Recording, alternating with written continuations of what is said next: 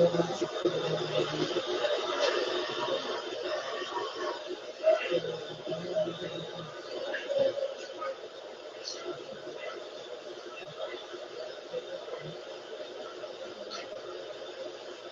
ka pa ba matutulog? Inaantay ko sa Jane at yung mga apo ko. Baka nahihirapang sumakay pa uwi dito. Darating yung dapat kanina pang pananghalian.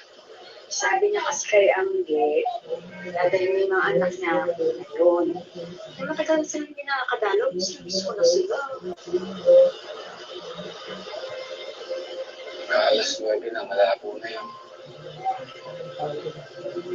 Lagi na lang ako nag-aantay sa mga anak at apo natin. Tapos lagi naman silang wala. Bakit nga ba? Bakit nga ba?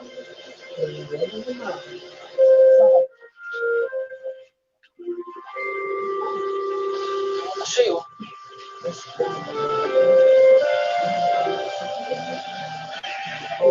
Isa lang naman ang lagi kong iniintay na dumarating ng walang palya. Sino? Eh di ikaw! Salamat ha. Kahit lagi tayong binabaliwala ng mga anak natin. Nandiyan ka.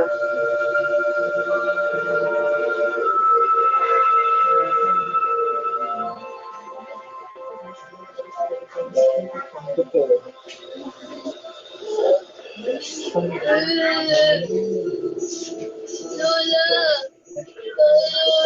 Pinababal sa talaga!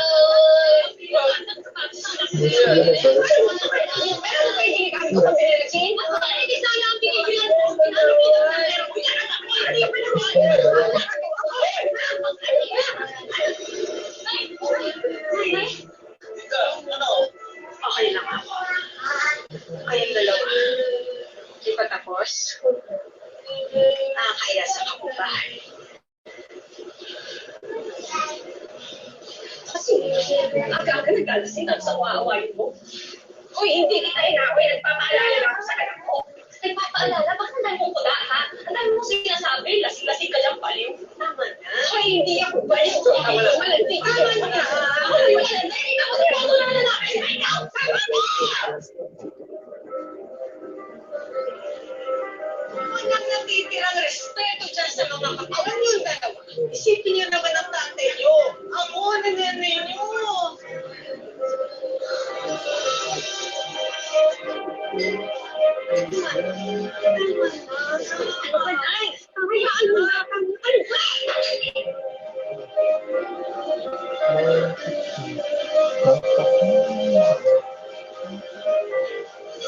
Lalong lumala ang alitan ng magkapatid na sina Vicky at Grace.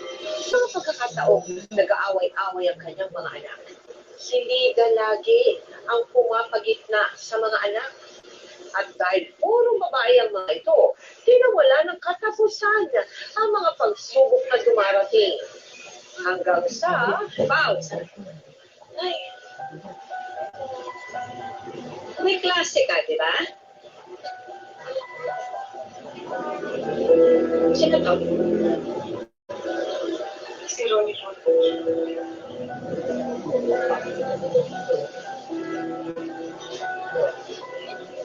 San? Kahit isa o dalawang beses, nagpakita ka ng anino mo sa tatay niya sa bahay namin. Hindi yung sakali lang kayo nagigawan at nagtatagpuan. Tama, Ronnie? Pakiusap. Sana tratuhin mo ang anak na may disenteng pamilyang dapat respetuhin. Kahit mahirap lang kami. Marami pa akong pangarap sa mga anak ko. Hindi ko sila niluwal sa mundong ito.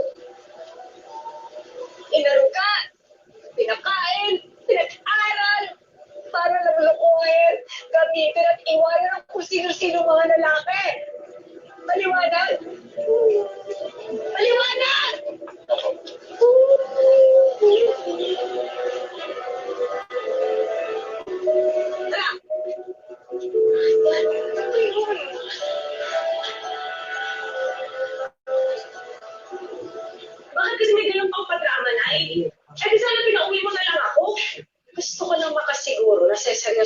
ng lalaki yon. Mabuti ngayon pa lang, alam na niya kung saan siya lulugar. Ay, ang OA naman. Hindi na uso ngayon yung mag-akit ng lito. Kung pinakulan yung pagkitati yung ganyan kabado yan eh. Wow. Pinagsasabihin ka lang ng nanay mo, ayaw niyang mapahama ka. Eh, kaya niyo pa naman ako sa mga anak kung niloko ng ibang lalaki.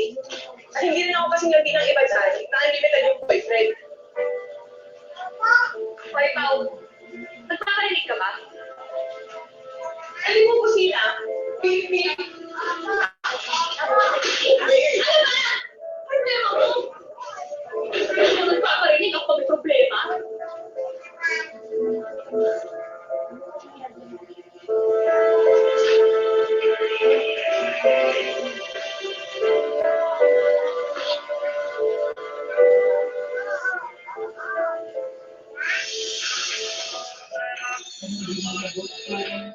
Mga ka-MPK, mag-subscribe sa hashtag MPK Livestream YouTube channel. I-click natin ang subscribe yung channel. Pagkatapos, i-click natin ang notifications bell na below. Maraming salamat mga ka-MPK.